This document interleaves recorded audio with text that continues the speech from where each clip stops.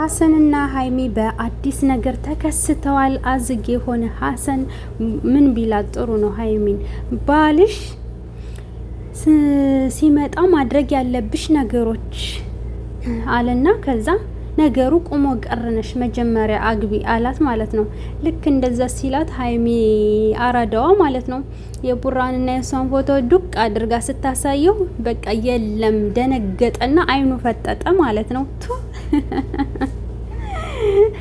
የሀሰን ቀልድ እኮ አያልቅም እናንተ። በቃ ኮሜዲ ነው ኮሜዲ እንዳለ ሁሌ ፈገግታ በፈገግታ እንጂ ጭንቀት ሀዘን ምናምን የሚባል ነገር ሲለቅ አታዩትም ማለት እንደው አብዛኛው ጊዜ ሀሰን ወደ ዩቲዩብ ከመጣ ጀምሮ ዘና የሚያደርግ ነገር ነው የሚለቀው ማለት ነው። እንደ ሙቪ ኮሜዲ ነው ግን ደግሞ የሀሰን ይለያል ማለት ነው።